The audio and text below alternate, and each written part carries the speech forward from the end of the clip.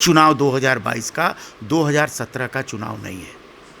ये अलग तरह का चुनाव है। इस चुनाव में कई फैक्टर्स हैं। इस चुनाव में ऐसे ऐसे फैक्टर्स हैं जिन फैक्टर को सोचा नहीं गया था। नमस्कार, मैं अर्चना तिवारी आप सभी का स्वागत करती हूं दराज धर्म पर। आज हमारे साथ के मिश्रा जी जुड़े हैं जो कि सोशल साइंस के डीन हैं बीएचयू में। आइए इनसे जानते हैं जो इस समय उत्तर प्रदेश में जिला पंचायत अध्यक्ष को लेके इतना ज़्यादा गर्मा गर्मी चल रहा है। अखिलेश यादव ने अपनी पार्टी के 11 ऐसे जिला पंचायत अध्यक्ष को अपनी सीट से निष्कासित कर दिया। उसके बाद चुनाव यहाँ पे गर्मा गर्मी में हो गया। बीजेपी कह रही है कि वो पूरी तरीके से उत्तर प्रदेश का जो विधानसभा चुनाव है वो जीत रही है। तो आज अखिलेश यादव ने भी ये कहा कि इस बार वो भले ही उनके अध्यक्ष जो है वो उसमें आगे ना हो पाए, लेकिन 350 सीट इस बार के चुनाव में वो जीत रहे हैं। तो आइए यहाँ पे सर से जानते हैं कि ये पूरा मसला क्या है। सर, आपका बहुत बहुत स्वागत है हमारे चैनल पर। सबसे पहला सवाल मैं आपसे ये पूछूंगी, ये जिला पंचायत अध्यक्ष वाला ये क्या मामला है, पूरा ये समझा दीजिए।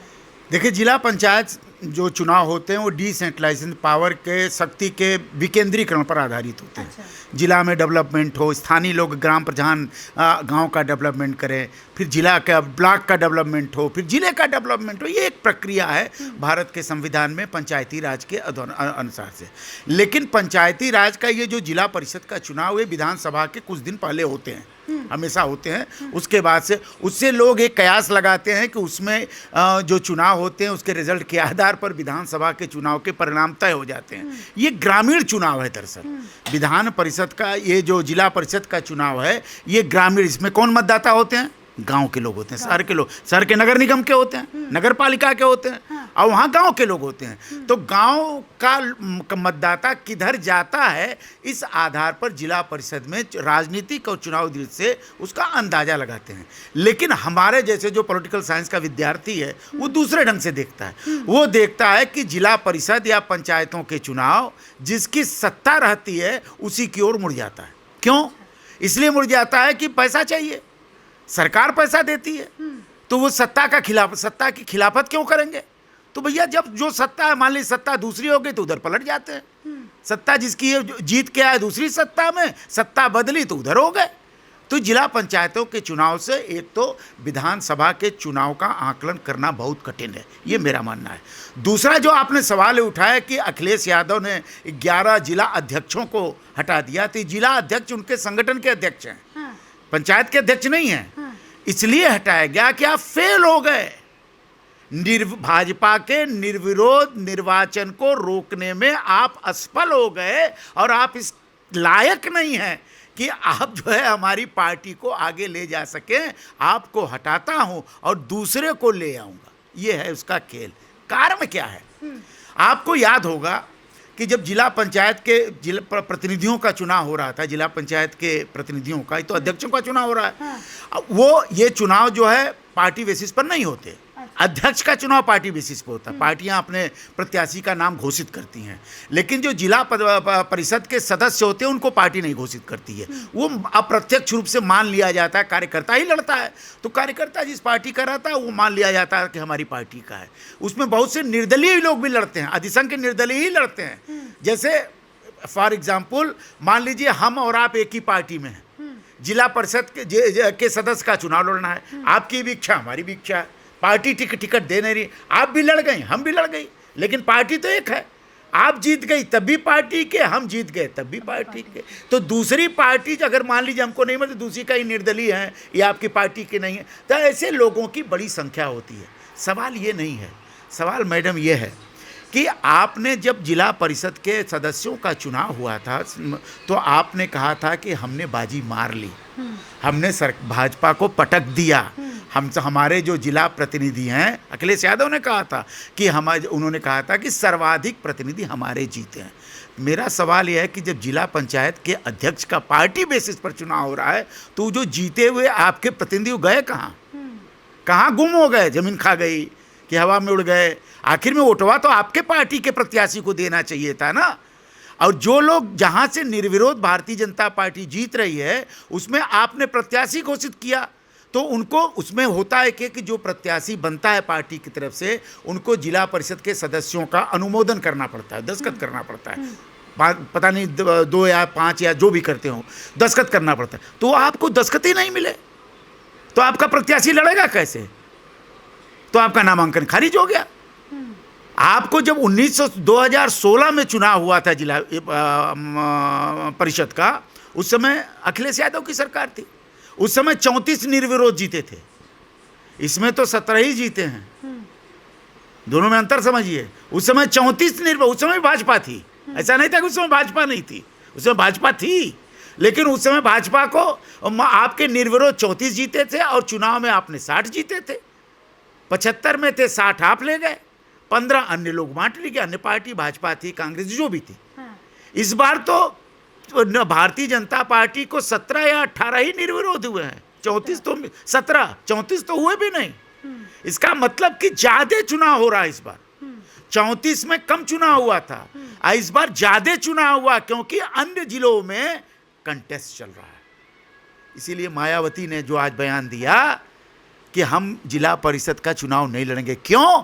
क्योंकि उनके प्रतिनिधि ही कम जीते, कैसे अध्यक्ष बनाएंगी? तो चूंकि हार का ठीकरा न पड़े, माहौल न बिगड़े, इसलिए उन्होंने अपने को बैक कर लिया। अखिलेश यादव जीतने की स्थिति में, वो तो कर्म सरकार बनाएंगे, तो वो आ गए मैदान में। सरकार भारतीय जनता पार्टी की है, एडमिनिस्ट्रेशन उनके हाथ में है, जनता उनके साथ भीड़ है। भारतीय जनता पार्टी की भीड़ बहुत अधिक है, हर लोग बात बीजेपी वाले हैं इस समय जो स्थिति है।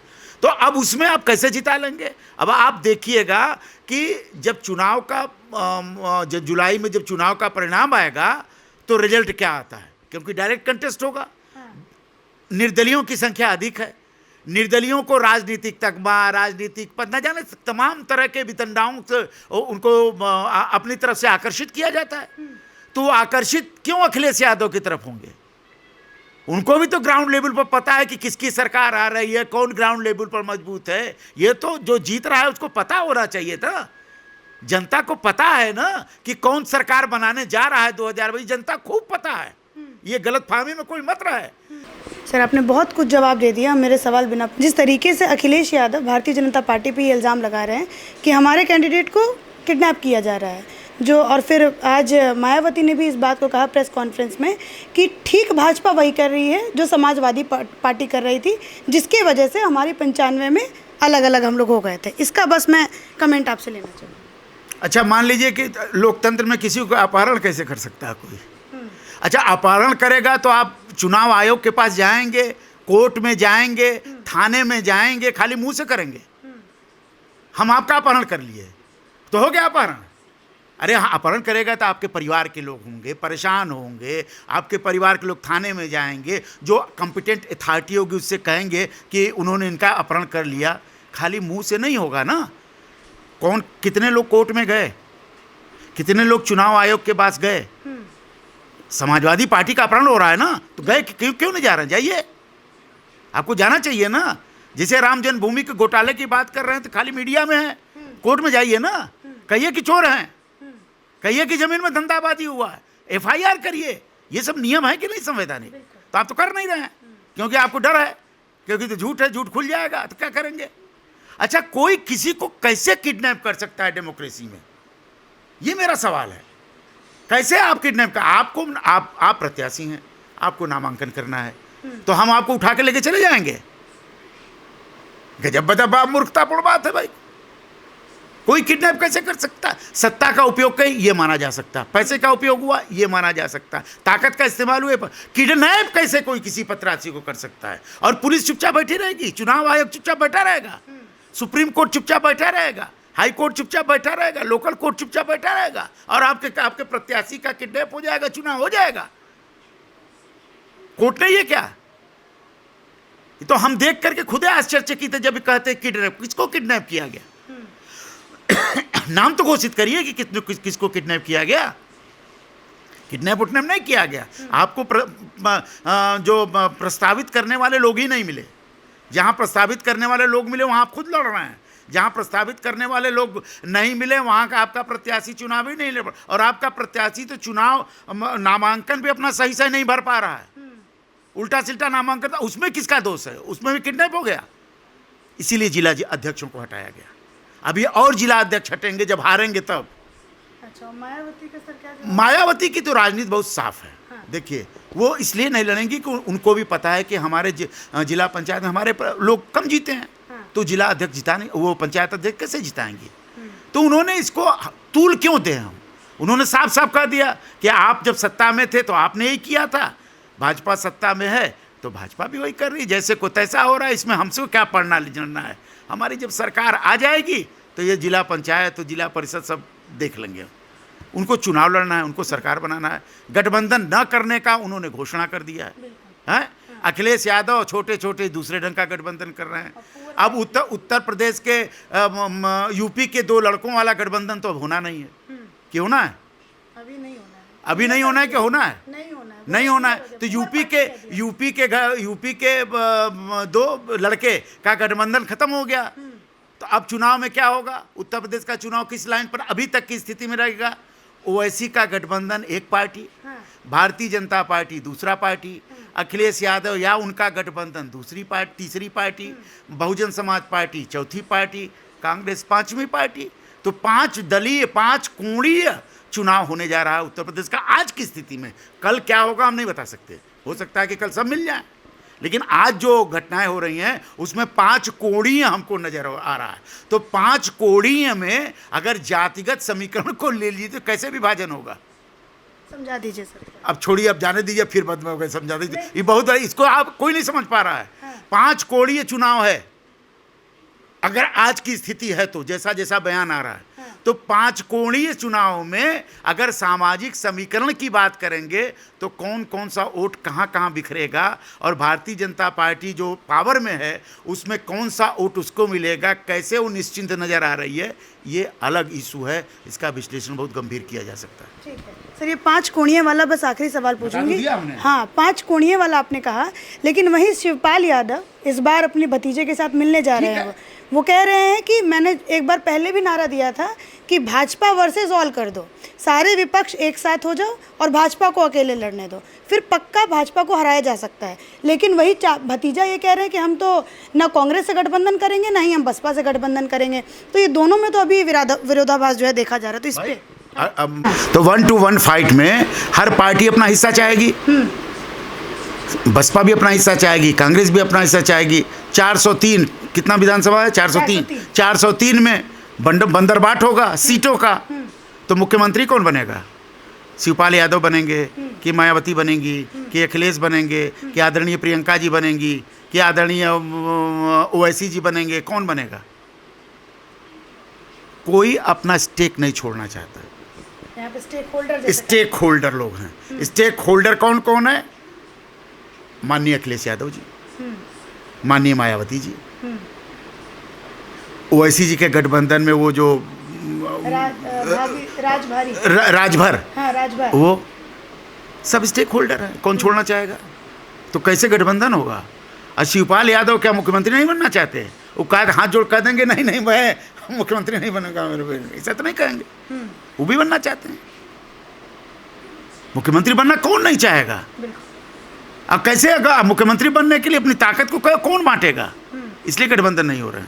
और सब गुलाब चुनाव क्या हो रहा है? देखिए, अब गंभीर बात सुन लीजिए। सभी ये सोच रहे हैं कि एंटी इनकम्बेंसी वोट के आधार पर हम भारतीय जनता पार्टी की सरकार को हरा देंगे। एंटी इनकम्बेंसी होती है चुनाव में। एक सरकार जो 5 साल सरकार थी उसका विरोध भी होता है। तो हो सकता है कि इस विरोध के आधार पर ये पार्टियां गठबंधन न करें, लेकिन ये चुनाव 2022 का 2017 का चुनाव नहीं है। ये अलग तरह का चुनाव है। इस चुनाव में कई फैक्टर्स हैं। इस चुनाव में ऐसे ऐसे फैक्टर्स हैं जिन फैक्टर को सोचा नहीं गया था 2022 के चुनाव में। उस फैक्टर को पॉलिटिकल पार्टी के नेतागण कितना समझ पाए हैं नहीं समझ पाए हैं ये मैं नहीं बता सकता, लेकिन 2022 का चुनाव हो रहा है वह चुनाव पॉलिटिको कल्चरल इलेक्शन है। यह इलेक्शन सांस्कृतिक राजनीतिक आधारों पर लड़ा जाएगा और उसमें आर्थिक आधारों का तड़का लगेगा। यही चुनाव है। ठीक, बहुत बहुत शुक्रिया सर हमारे साथ जुड़ने के लिए। धन्यवाद।